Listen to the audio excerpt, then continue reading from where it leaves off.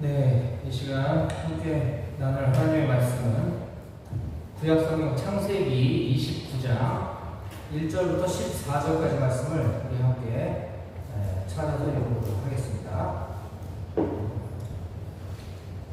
네, 오늘 우리에게 주신 하나님 말씀입니다. 창세기 29장 1절부터 14절까지 말씀을 한번 들어보도록 하겠습니다. 제29장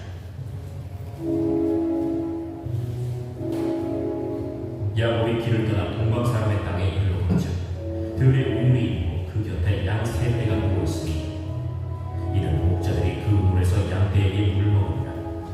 큰 돌로 우물 아귀를 덮었다가 모든 떼가 모이면 그들이 우물 아귀에서 돌을 옮기고 그 양 떼에게 물 먹이고는 우물 아귀 그 자리에 다시 그 돌을 덮더라. 야곱이 그들에게 이르되 내 형제는 어디서 왔느냐? 하란에서 왔느냐? 너희가 나홀의 손자 라반을 아느냐? 아브라함 그가 평안하냐? 평안한다. 그의 딸 라헬이 지금 양을 물고 오느니라. 해가 진 높은즉 가축 모일 때가 아니니 양에게 물을 먹이고 가서 풀을 뜯게 하라. 우리가 그리하지 못하겠노라. 때가 다 모이고 목자들이 우물 아귀에서 돌을 옮겨야 우리가 양에게 물을 먹이느니라. 야곱이 그들과 말하는 동안에 라헬이 그의 아버지의 양과 함께 오니 그가 그의 양들을 치고 있었기 때문이다. 야곱이 그의 외삼촌 라반의 딸 라헬과 그의 외삼촌의 양을 보고 나아가 우물 아귀에서 돌을 옮기고 외삼촌 라반의 양떼에게 물을 먹이고 그가 라헬에게 입맞추고 소리내어 울며 그에게 자기가 그의 아버지의 손지요 리브가의 아들들을 말하였더니 라헬이 달려와서 그 아버지에게 알리되 라반이 그의 손질 야곱의 소식을 듣고 달려와서 그를 영접하여 안고 입맞추며 자기 집으로 인도하여 드리고 야곱이 자기의 모든 일을 라반에게 말하매 라반이 이르되 너는 참으로 내 혈기로다. 야곱이 한 달을 그와 함께 거주하니 아멘. 네, 여기까지 말씀을 오늘 함께 보도록 하겠습니다. 네, 여러분들 일주일 동안 잘 지냈나요? 네. 오늘 뭐 예배 환경이 조금 뭐 달라진 거 느끼겠나요? 이게 쉽지 않아요. 알 수 있게 발견할 수 있는 게. 일단 마이크를 제가 이걸 안 쓰다가 이제 오랜만에 이걸 썼어요. 그렇죠? 그리고 지금 이 성경 본문 읽어주는 영상이 예전에 이 TV에서 나오다가 스피커가 지금 여기서 나오고 있죠, 그죠? 네, 좀 웅장해졌어요.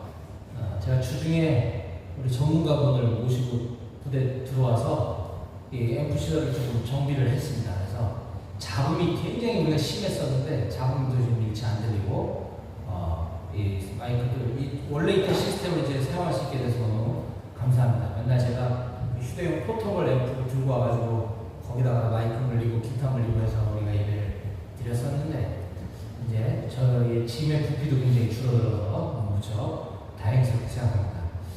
부디 이게 좀 오래 갔으면 좋겠어요. 이게 습하고 이러면 또 금방 전기시설에 문제가 좀 생기곤 했는데 기도하면 하나님께서 문제를 걷어가 주실 줄로 믿습니다. 우선 많이 좋아졌다는 말씀 드리고 싶고요. 지금 환절기가 되면서 이제 그 습한 날씨는 조금 가라앉는 것 같아요. 그리고 새벽에 저도 집에서 문 다 열어놓고 자다 보니까 새벽이 굉장히 쌀쌀하더라고요. 그래서 여러분들 이럴 때 감기 걸리니까 건강관리에 각별히 유의했으면 좋겠습니다. 이 낮에는 굉장히 무덥고 새벽에는 굉장히 쌀쌀해요. 특히 여기 철원이기 때문에 좀 있으면 이제 금방 뭐 영하로 내려간다 이런 얘기 나올지도 몰라요. 그래서 감기 걸리지 않도록 각별히 건강관리에 유념해 주셨으면 좋겠습니다. 자, 지난주에 우리는 창세기 28장 10절에서 22절 본문 말씀을 가지고 베델의 사닥다리 라는 제목으로 말씀을 나눴습니다. 베델의 사닥다리. 야곱은 자기 형 에서가 자기를 죽이려고 하는 그 살해 위협을 피해서 집을 도망쳐 나왔습니다. 단 한 번도 만나본 적이 없는 외삼촌 라반의 집을 향해 지금 한 번도 가본 적이 없는 그 머나먼 길을 향해 지금 도망자의 신세가 되어 집을 떠났습니다.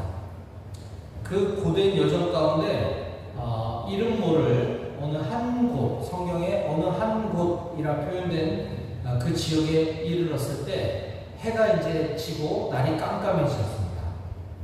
노숙을 해야 되는 바람에 평평한 돌을 구해다가 그 돌을 베개 삼아 야생 짐승의 그 습격에 대한 두려움, 또 강도떼가 나타날지도 모른다는 그 무서움, 이런 모든 것들을 뒤로 하고 잠을 청하려 애썼던 야곱이 어찌어찌하여 이제 잠이 들었나 봅니다. 그렇게 잠든 야곱의 꿈속에 하나님께서 나타나 주셔서 그를 만나 주셨습니다. 그리고 그 꿈에 하늘과 땅이 이렇게 맞닿아 있는 사닥다리를 보았는데 그 사닥다리 위로 하나님의 사자들, 천사들이 오르락 내리락 하는 모습을 꿈에 보여주셨습니다. 자, 이 부분에 대해서는 많은 분들이 구체적으로 잘 다루지 않습니다. 야곱이 도망가다가 베델에서 돌베개를 베고 자다가 하나님을 만났다, 이런 말씀을 이제 많이 들어봤을 텐데, 거기에 사닥다리를 왜 보여주셨을까? 그 꿈은 무엇을 의미하는 것일까? 이 부분에 대해서는 우리가 많이 들어보지 못했는데, 다행스럽게도 신약 성경 요한복음에 지금 이 장면을 잘 설명해 주고 있는 부분이 나옵니다. 자, 요한복음 1장 51절을 읽기 전에 그 부분에 해당되는 지난 주일날 보았던 이 창세기 28장 12절 말씀 제가 먼저 읽어보겠습니다.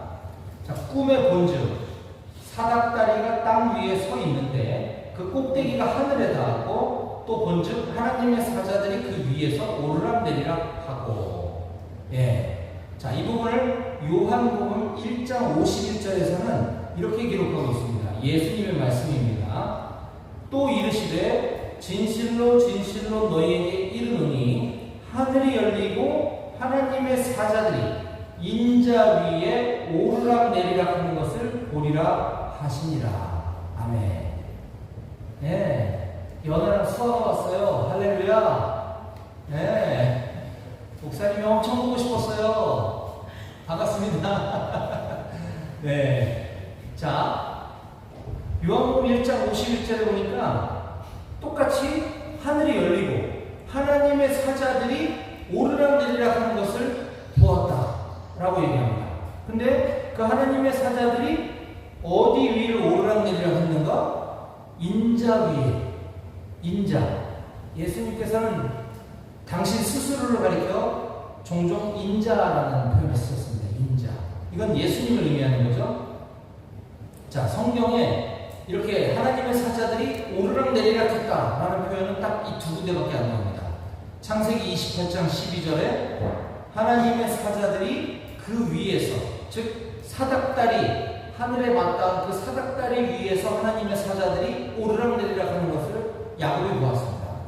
근데 예수님께서는 요한복음 1장 51절에 하나님의 사자들이 인자, 나 예수 그리스도 위에서 오르락내리락 하는 것을 보게 될 거야. 즉 지금 꿈에 본, 야곱의 꿈에 나타난 이 사닥다리는 다름 아닌 예수 그리스도를 예표하는 것이라 할 수 있겠죠. 자, 이렇게 사닥다리로 예표된 예수님을 만나고 또 하나님을 만난 야곱은 그 하나님의 약속이 강하게, 하나님의 말씀이 강하게 이루어질 것이라고 하는 확신이 생겼습니다. 그래서 28장, 창세기 28장 21절에 보면 내가 평안히 아버지 집으로 돌아가게 하시오면 여호와께서 나의 하나님이 되실 것이요 라고 기록되어 있는 이 부분을 우리가, 이게 번역상의 좀 아쉬움인데 이걸 지금 우리가 대부분 잘못 보고 있는 것이, 지금 외삼촌 라반의 집으로 가고 있는 야곱이 언젠가 하나님께서 내가 무사히 평안히 다시 아버지 집으로 돌아가게 해주신다면 여호와께서는 나의 하나님이 되실 것입니다 라고, 그렇게 우리가 지금 이 성경을 읽기 쉽습니다.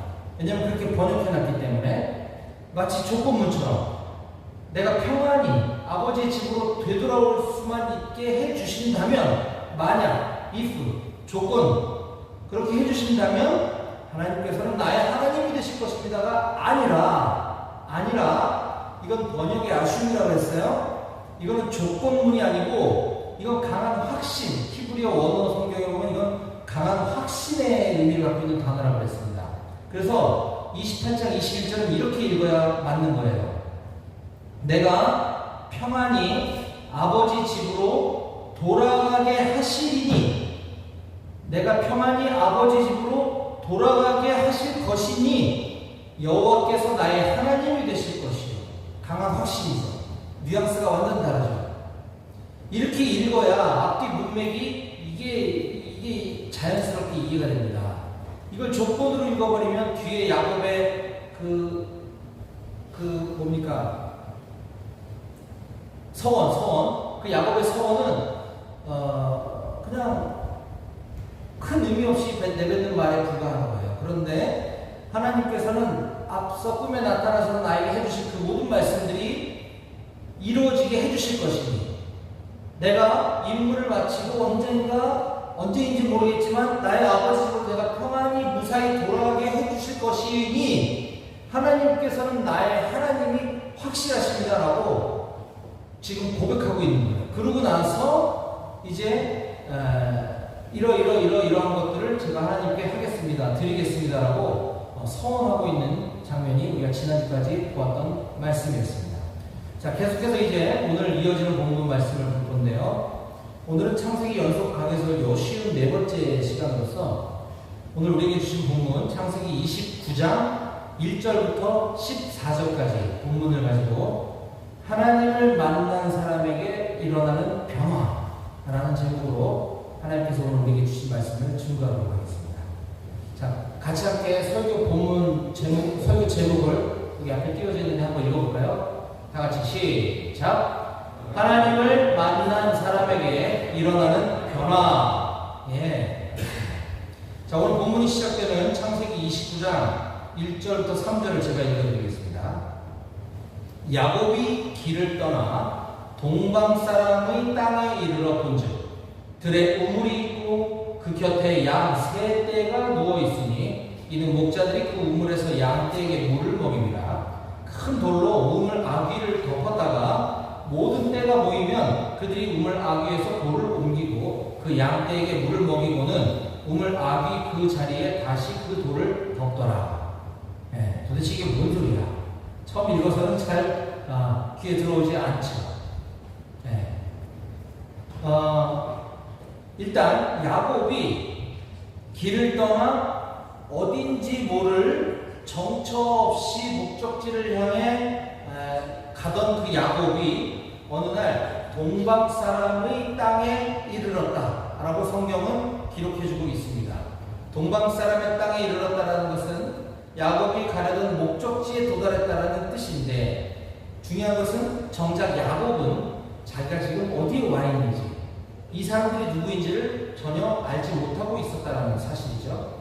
자, 그런데 그곳에 우물이 있었습니다. 우물. 자, 그리고 양 세 떼가 있었다 그래요. 양 세 떼는 뭐냐면 양의 그 무리, 양의 그룹이 한 그룹, 두 그룹, 세 그룹이 있었다는 거예요. 그러면 그 양떼를 치는 목자들도 한 명, 두 명, 세 명이 있었겠죠. 서로 다른 목자들이 자기 양떼를 몰고 와서 지금 우물에 여기저기 있다라는 겁니다. 왜 여기 와 있어요? 지금 물 먹이려고. 그쵸? 양들에게 물 먹이려고. 그런데 양들이 동작도 느릿느릿하고 한 명 잡아다 물 먹이고 있으면 한 놈은 또 저기로 도망가서 또 가서 잡아와서 또 물 먹여야 되고, 그럼 또 한 놈이 또 사라지고 이러니까 너무 시간도 오래 걸리고 이게 힘든 거예요. 그러면 지금 서로 다른 세 그룹이 와서 지금 대기하고 있는데, 한 그룹이 물 다 먹일 때까지 나머지 두 그룹 기다리고 있는데, 저 바보같이 저 양들 빨리 데리고 오지, 쟤만 붙잡고 있으면 저 양들은 어떡한다 그래, 이러면서 지금 막 우왕좌왕 시간은 늘어지고 엉망진창이 되겠죠. 그러다 보니 여기서 우물 먹는 규칙이 있었는데, 바로 3절에 모든 떼가 다 모이면, 지금 여기 우물 근처에 와 있는 여러 사람들이 다 모이면, 여러 양들이 다 모이면, 그때 우물 아귀, 즉 우물 입구니까 이제 뚜껑이죠, 뚜껑. 우물 입구를 덮고 있는 그 돌을, 큰 돌을 옮겨서 이제 그 양떼들이 한꺼번에 물을 먹이게 한다는 거예요. 한 팀이 다 먹을 때까지 기다리는 것이 아니라 이 근처에 와 있는 팀들 다 모여서 한꺼번에 뚜껑 열고 물 먹였다라는 것이죠. 자, 그렇게 한 이유, 우물 뚜껑에 큰 돌을 얹어놓는 이유는 무엇이었을까요? 아마도 자꾸 이걸 열었다 닫았다 하면 아무래도 그 물 먹는 게 식수인데 거기 뭐 먼지도 들어가고 뭐 오염되고 이럴 수 있기 때문에 위생관리를 위해서 아마 그랬을 것이고, 또는 양이나 사람이 그 물을 깃다가 거기에 빠질 수 있는 사고가 발생할 수 있기 때문에 그렇게 하지 않았을까 싶습니다. 자, 아무튼 지금 오늘 본문이 시작되면서 장황하게 이 우물 사용법에 대해서 설명하고 있는 이유가 좀 뒤에 나옵니다. 자, 그런데 그걸 살펴보기 이전에 이제부터는 이전 모습과 완전 달라진 야곱의 모습이 관찰되기 시작합니다. 자, 4절 봅니다. 같이 읽어볼까요? 4절은 재밌어요. 시작. 야곱이 그들에게 이르되 내 형제여 어디서 왔느냐? 그들이 이르되 하란에서 왔노라. 네, 아멘. 이게 뭐가 재밌습니까, 목사님? 저는 엄청 재밌는데. 자, 야곱이 그들에게 이르되, 그들이 누구예요? 거기 지금 양떼들 몰고 온 목자들, 그쵸? 그 목자들에게 이렇게 얘기하는 거예요. 내 형제여 어디서 왔느냐? 그랬더니 그들이 이르되 하란에서 왔노라. 자, 지금 이 대화는 잘 보세요. 야곱은 지금 나그네 신세입니다. 정처 없이 목적지를 향해 가다가 여기가 목적지인지 어딘지도 모르고 지금 도착했더니 나랑 조금 피부 색깔이나 이렇게 다른 민족들이 거기 사람들이 있어요. 그래가지고 지금 물어보는 거예요. 당신들은 어디서 왔어? 이렇게 물어보면 어색하지가 않은데 그 앞에 뭐라 그래요? 내 형제요. 왜 내가 네 형제인데? 그러지 않았을까요? 그쵸? 이게 지금 영어로 보면 Hey, brother 이러는 거예요. 낯선 사람한테 가서 Hey, brother 이상하지 않아요? 아메리칸식 표현이죠 지금 이게. 그쵸? 한국 사람은 이러기 쉽지 않아요. 야곱은 한국 사람 아니지만 낯선 사람한테 Hey, 내 형제요 어디서 왔어? 근데 여러분, 야곱이 원래 이랬던 사람이 아닙니다. 야곱은요 굉장히 내성적이고 조용조용하고 집 밖에 나가서 사람 상대하고 사람 사귀기를 꺼려하고 그냥 엄마 품에서 곱게 자란 약간 마마보이 같은 사람이었었어요. 이랬던 야곱이 지금 낯선 사람에게 먼저 말 거는 것도 충격적인데 헤이 브라더 하면서 막 이 헤이 브라더라는 여기에는 굉장히 뭔가 들뜬 유쾌한 이런 것들을 담고 있죠. 그렇죠? 그냥 서먹서먹하게 쭈삣쭈삣 헤이 브라더 이건 상황이 안 맞아요. 그죠? 굉장히 지금 흥분되어 있는 그런 상황이에요. 넉살이 좋다고 해야 되나?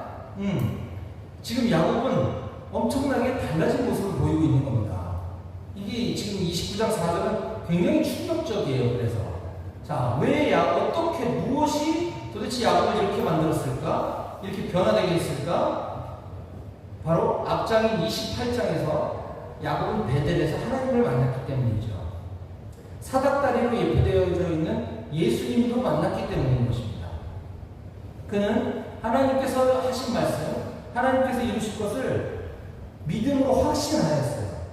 그랬더니 그 평범한 살구나무 동네라 이름을 붙인 루스라고 하는 지역을 하나님의 집으로 보이기 시작했고 베델이라고 부를 수 있게 되었던 거죠. 그러다 보니 그는 야곱의 인생은 이제 달라지게 되었던 겁니다. 매사에 자신감이 넘치고 적극적이고 활발한 사람으로 변화되게 됩니다. 대인관계도 이제는 자신이 주도할 줄 아는 전혀 다른 사람이 되었어요. 이것은 실제인 것이에요. 하나님을 만나면 사람의 성품도 이렇게 바뀔 수 있는 줄 믿으시기 바랍니다. 아멘. 우리도 좀 전에 찬양 부르면서 강찬 목사님의 하나님을 만나면 끝나는 것이다 라는 찬양을 함께 불렀습니다. 이 찬양의 가사가 이러했죠. 모든 것이 끝났다고 말하는 사람들의 말을 듣지 말아라. 하나님은 아직도 너에게서 시선을 떼지 않았다. 세상에서 답을 찾지 말아라. 사람들을 의식하지 말아라. 너의 모든 문제는 하나님만이 해결할 수가 있다. 기도를 쉬지 마라. 찬양을 멈추지 마라. 하나님이 너를 주목하고 있다. 예배에 집중하라. 말씀을 붙잡아라. 하나님을 만나면 끝난 것이다. 가는 길 멈추지 마라. 뒤를 돌아보지 마라. 하나님이 너를 주목하고 있다. 의심을 하지 마라. 절대 포기하지 마라. 하나님을 믿으면 끝난 것이다. 하나님을 만나면 끝난 것이다. 예, 하나님을 만나면 끝난 것인 줄 믿으시기 바랍니다. 아멘. 예.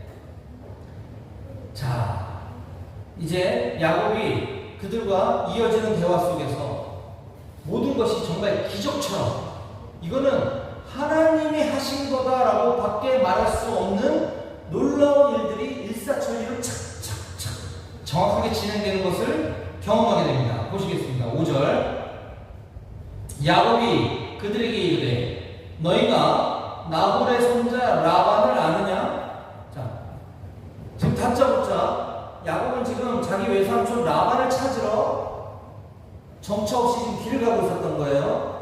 정확하게 지구와 나침반도 없이 그냥 막연하게 방향만 잡고 그냥 간 거예요.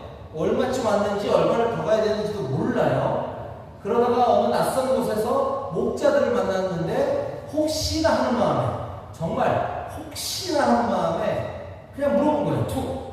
혹시 나홀의 손자 라반이라고 하는 사람을 아냐? 아니? 라고 물어봤더니 그들이 이르되 아노라.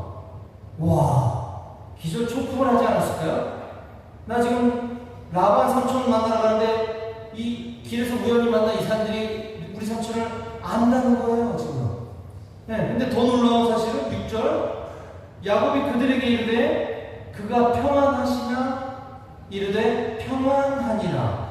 그의 딸 라헬이 지금 양을 몰고 오느니라.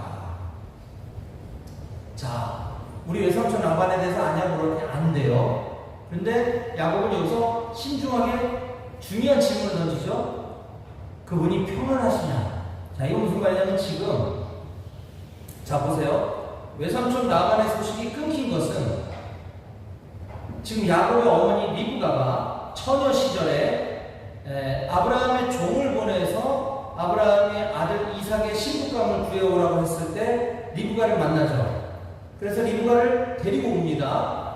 그때 가족들이 너무나 뜬금없잖아요. 갑자기 어디서 온 사람이 자기 주인의 며느리 삼겠다고, 아내 삼겠다고 이 주인집 딸을 데려가겠다고 하니 좀 며칠만 더 머물다가 우리 좀 더 교제 좀 나누고 서로에 대해서 좀 알아간 다음에 데려가든지 말든지 합시다. 그랬더니 이 종이 아니다. 지금 결정해라 지금. 그러자 그 가족이 그러면 리브가 당사자의 의견을 물어보고 당사자의 의견대로 합시다. 오케이, 좋아.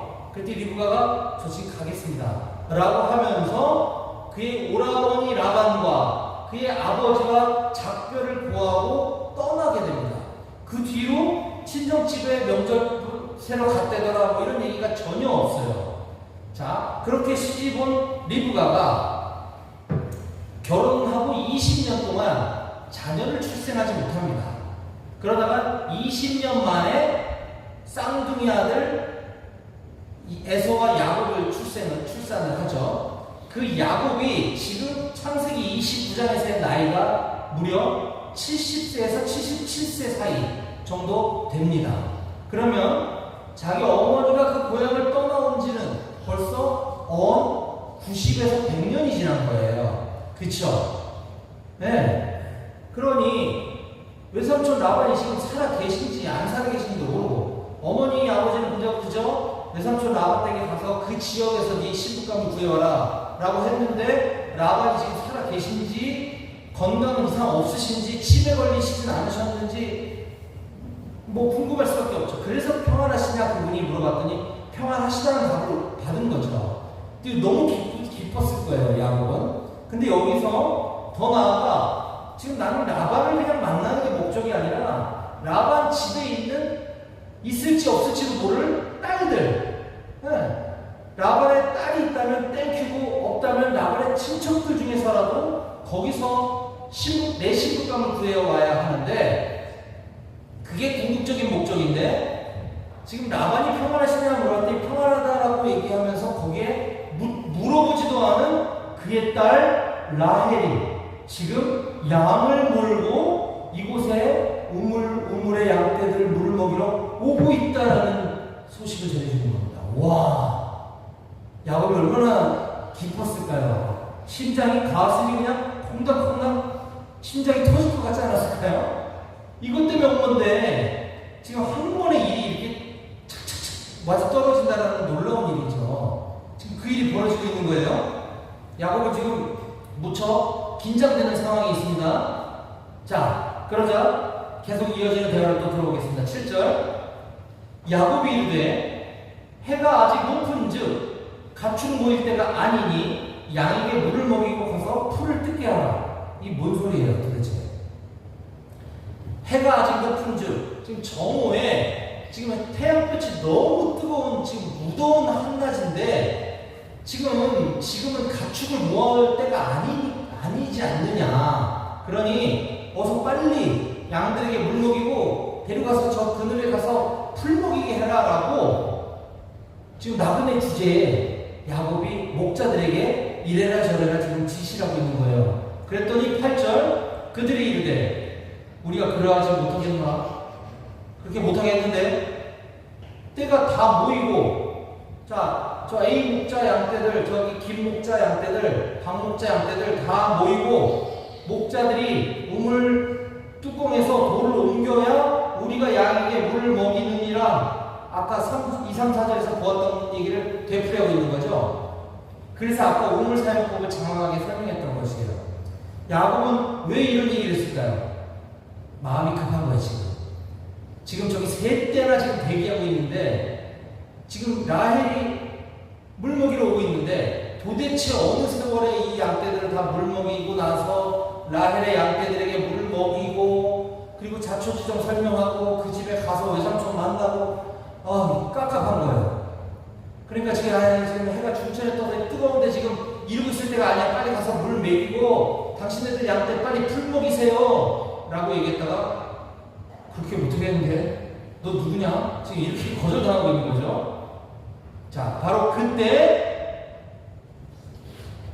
첫눈에 반한 라헬 지금 야곱의 눈앞에 딱 나타납니다. 9절 야곱이 그들과 말하는 동안에 라헬이 그의 아버지의 양과 함께 오니 그가 그의 양들을 치고 있었기 때문이더라.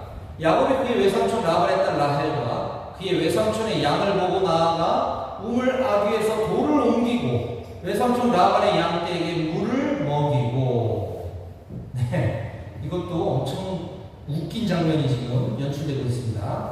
우린 여기서 야곱의 달라진 또 다른 면모를 발견할 수 있게 되는데요. 자, 방금 전에 야곱이 그 목자들에게 나그네 주제에 이래라 저래라 했다가 거절당하는 모습을 봤습니다. 왜 그랬냐면 지금 야곱 마음이 급한 거라고 그랬어요. 근데 지금 거절당했잖아요. 그랬더니 이번에 한술 더 떠서 야곱이 지금 라헬이라고 하는 낯선 처자가 왔는데 인사도 안 하고 인사할 겨를도 없이 지금 느닷없이 자기가 가서 우물에 있는 그 무거운 돌을 이건 그 건장한 목자 두세 명이 서너 명이 함께 들어서 옮겨야 될 정도의 그 무거운 물을 혼자 가고 번쩍 들어가지고 지금 내려놓고 자기가 그 양떼 물을 먹이고 있다. 지금 10절에서 이렇게 설명하고 있습니다. 네, 당황스럽지 않나요? 네. 자, 이것이 야곱의 또 다른 달라진 모습이죠. 지금 마음이 너무 급하니까 자기가 지금 나서서 굉장히 적극적인 모습을 보이고 있는 것입니다. 아까 얘기했지만 야곱은 굉장히 내성적이고 소극적이어서 아마 외갓 여인에게 말 걸지도 못할 정도로 얼굴이 빨개질 정도로 아마 그런 수줍고 소극적인 성격의 사람이었을 거예요. 그랬던 야곱이 지금 자기가 여기온 목적과 하나님께서 그 일을 이루고 계신다는 사실을 안 순간 그런 거침없이 굉장히 추진력 있는 적극적인 성격으로 변화되게 된 것입니다. 그렇게 용기 있고 저돌적인 모습을 보이던 야곱이 이제 좀 늦었지만 라헬과 인사를 정식으로 나눕니다. 그리고 나서 갑자기 엉엉 소리내어 우는 모습까지 보여요. 11절 봅니다. 그가 라헬에게 입맞추고 소리내어 울며 그에게 자기가 그의 아버지의 생질 조카요, 내가 당신 아버지의 조카입니다. 그리고 리브가가 우리 엄마입니다 라고 말하였더니 라헬이 달려가서 그 아버지에게 알리네. 야곱은 지금 왜 소리를 내어 엉엉 울었을까요? 좀 전까지만 되게 용감하게 목자들 저리 가라 하고 자기가 혼자서 막 해가지고 돌 치우고 물 먹이고 막 하더니 갑자기 웁니다. 또 아마 야곱은 지금 자기가 살고 있던 그 부엘세바에서 지금 이곳 여기가 하란입니다. 하란. 지금 야곱은 모르지만 우리는 알고 있어요. 거기가 하란이라는 것을. 거기까지 오는 동안 있었던 여러 가지 사건 사고들이 아마 주마등처럼 스쳐 지나갔을 거예요.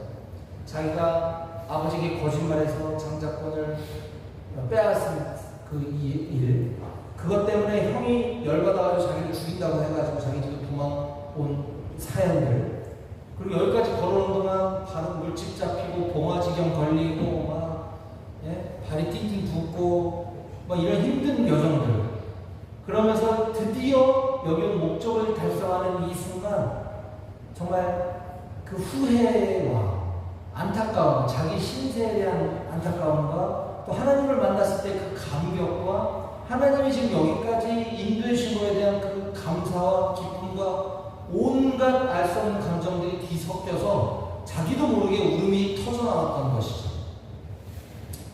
지금 28장 10절에 보면 야곱이 부엘세바에서 떠나 하란으로 향하여 가더니 라고 기록하고 있습니다. 즉 야곱이 출발했던 부모님 살고 있던 집은 부엘세바에 있었고, 지금 야곱은 하란을 향해서 가다가 지금 자기만 모르고 지금 도착한 이곳이 하란이라는 것을 성경이 우리에게 알려주고 있는 것이죠.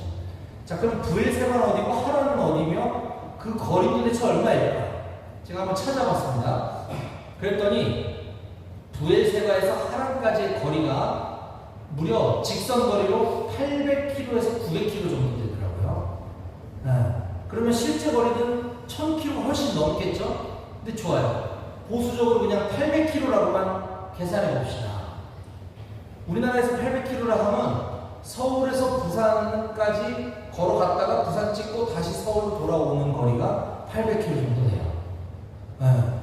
걸어서 부산까지 갔다가 다시 서울로 되돌아왔다고 생각을 해보세요. 엄청난 거리죠. 특전사에서는 천리 행군이 400km입니다. 400km 행군이죠. 천리 행군을 쉬지도 않고 2번을 한 거예요, 지금. 우리도 행군하죠? 우리가 행군할 때 보통 1시간에 4km를 걷습니다. 1시간에. 뭐 잠자는 시간 빼고 무더운 땡볕 빼고 뭐 이렇게 해서 하루에 한 10시간 정도 걸었다고 칩시다. 그러면 하루에 40km 정도를 걷는 거겠죠? 그렇기 때문에 800km라는 것은 사람이 하루에 10시간을 꼬박 월화수목금토일 월화수목금토일 쉬는 날 없이 20일 동안을 걸어가야만 도달할 수 있는 거리라는 계산이 나오죠. 얼마나 고되고 힘들었겠습니까?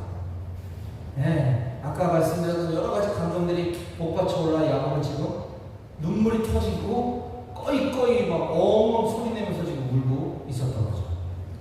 그러다가 이제 자기가 당신은 아버지의 조카입니다 라는 얘기를 하고, 라헬도 놀라서 아버지에게 단숨에 달려가서 이 소식을 전하고 자기 집으로 야곱을 맞아들이면서 오늘 본문이 마무리되게 되는 것이죠.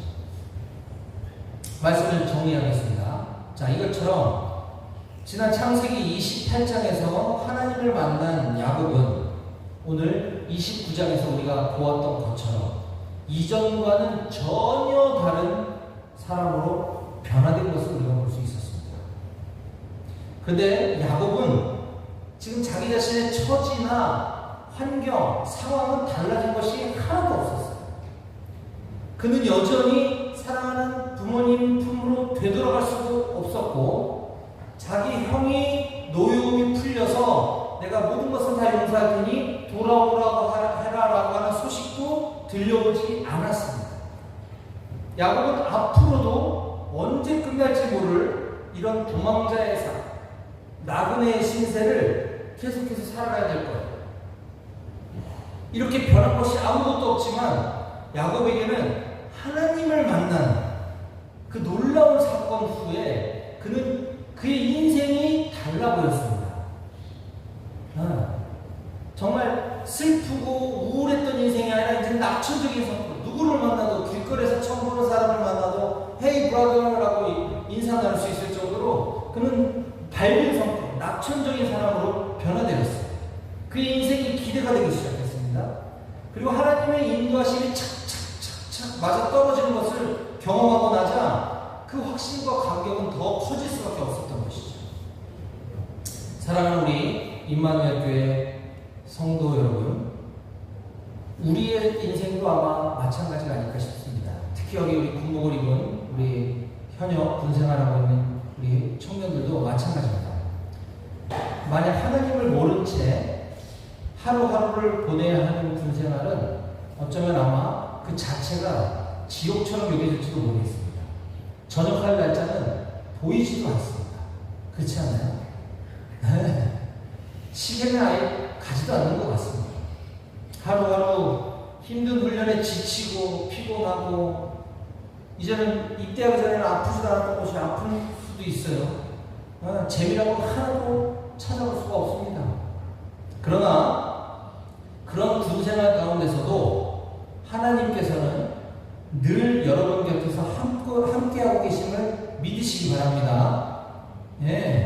그래서 야곱이 고백하는 것처럼 여러분들이 있는 그곳이 하나님의 집 베델로 고백되어지길 간절히 소망합니다. 저는 사랑하는 여러분 모두가 이곳에서, 이곳 임마누엘 교회에서, 우리 부대에서 살아계신 하나님을 만나고 예수 그리스도를 경험해서 야곱처럼 변화된 삶, 변화된 인생을 모두 다 살아가실 수 있게 되기를 주님의 이름으로 간절히 축원합니다. 아멘. 기도하시겠습니다.